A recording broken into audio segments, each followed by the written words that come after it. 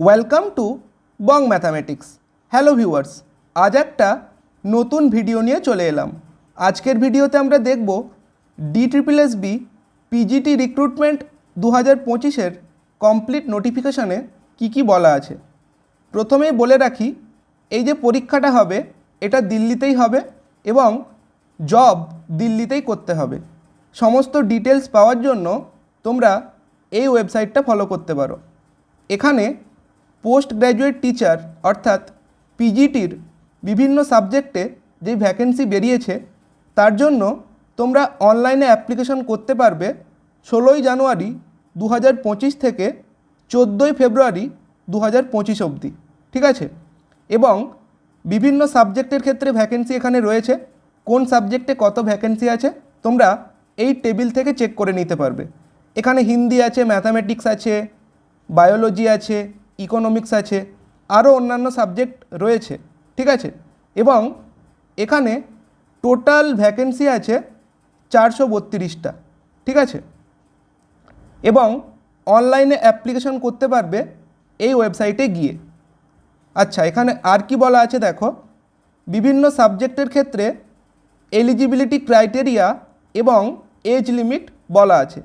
আমরা যদি post graduate teacher ম্যাথামেটিক্সের ক্ষেত্রে দেখি এলিজিবিলিটি ক্রাইটেরিয়া কি দরকার, দেখো মাস্টার ডিগ্রি ইন ম্যাথামেটিক্স অথবা অ্যাপ্লাইড ম্যাথামেটিক্স যাদের রয়েছে এবং কমপক্ষে 50% যাদের রয়েছে তারা কিন্তু এলিজিবল, এবং বিএড কমপ্লিট থাকতে হবে, ঠিক আছে। অর্থাৎ মাস্টার ডিগ্রি এবং বিএড যদি কমপ্লিট থাকে তুমি কিন্তু এলিজিবল।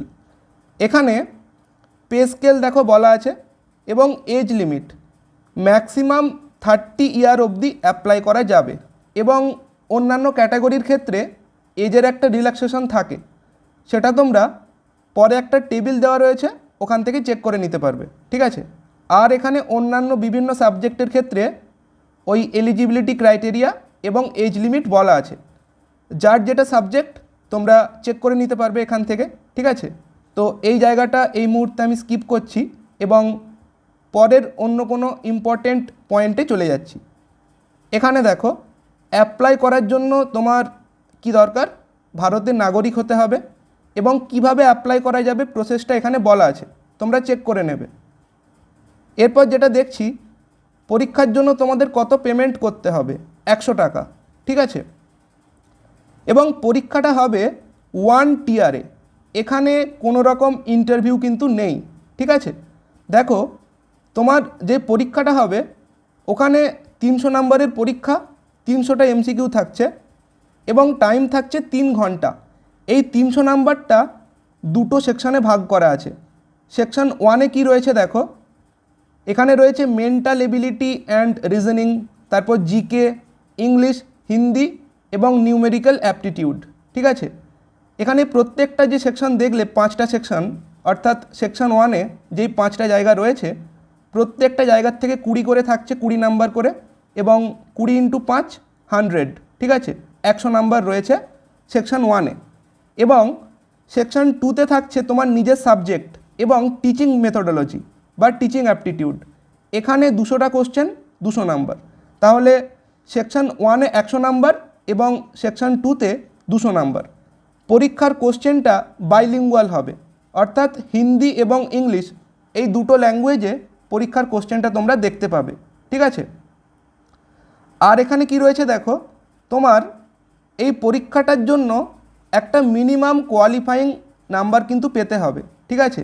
কি বলেছে এখানে, টিচিং পোস্টের ক্ষেত্রে এই যে তোমার কোয়ালিফাইং মার্কসটা কিন্তু কেবল সেকশন 2-তেই পেতে হবে, এবং সেকশন 1-এর জন্য কোনো রকম মিনিমাম কোয়ালিফাইং মার্কসের কথা এখানে বলা নেই।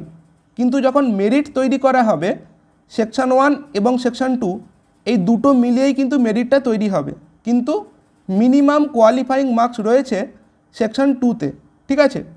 আর এখানে কি বলা আছে দেখো, নেগেটিভ মার্কিং রয়েছে 0.25। আচ্ছা, এরপর কিভাবে তোমার মানে সিলেকশন হবে বা মেরিটটা তৈরি হবে এখানে বলা আছে। এই যে পরীক্ষাটা হবে অনলাইনে হবে, কম্পিউটারে, ঠিক আছে। এই পরীক্ষায় প্রাপ্ত নাম্বারের উপর ভিত্তি করে তোমার মেরিট তৈরি করা হবে, ঠিক আছে। এখানে এটা বলা আছে।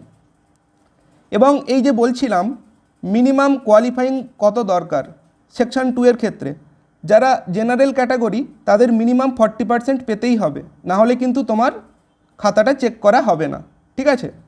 আর এখানে আর তেমন কিছু নেই।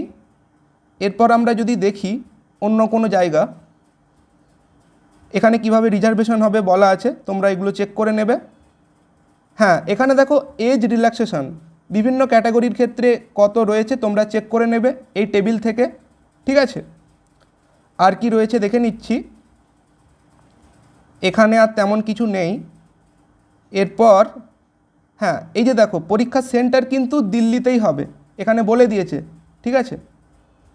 আর যেগুলো রয়েছে এগুলো তোমরা নিজেরাই চেক করে নিতে পারবে। আমি এক্সাম প্যাটার্ন, তারপর এলিজিবিলিটি ক্রাইটেরিয়া এগুলো নিয়ে আলোচনা করলাম। এবং অ্যাপ্লাই করার আগে তোমরা এই কমপ্লিট পিডিএফটা একবার পড়ে নেবে, ঠিক আছে। আরও যদি কোনো কোয়ারি থাকে কমেন্টে জানিও। Thanks for watching.